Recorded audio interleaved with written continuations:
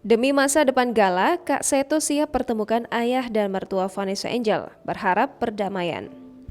Ketua Lembaga Perlindungan Anak Indonesia, Seto Mulyadi atau Kak Seto akan turun tangan ikut membantu mempertemukan keluarga ayah dan mertua Vanessa Angel, Faisal, dan Dodi Sudrajat. Pertemuan tersebut direncanakan ahli psikolog tersebut guna mendamaikan konflik keluarga Vanessa Angel. Lebih penting lagi adalah demi membuat sang cucu Galaski mendapatkan masa depan terbaik. Tidak hanya itu, Kak Seto berharap agar konflik tersebut tidak terus-menerus terjadi yang akan menumbalkan dampak buruk bagi masa depan Galaski. Tidak hanya memberikan masukan, nantinya Kak Seto dalam pertemuan dua keluarga itu juga akan memberikan gagasan yang terbaik untuk tumbuh kembang sang anak dalam lingkungan yang kondusif.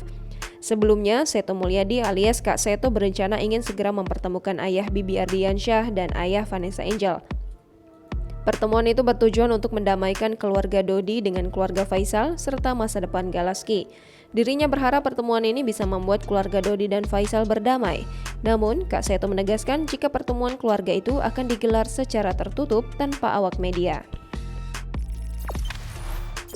Jangan lupa subscribe, share, komen, dan like ya!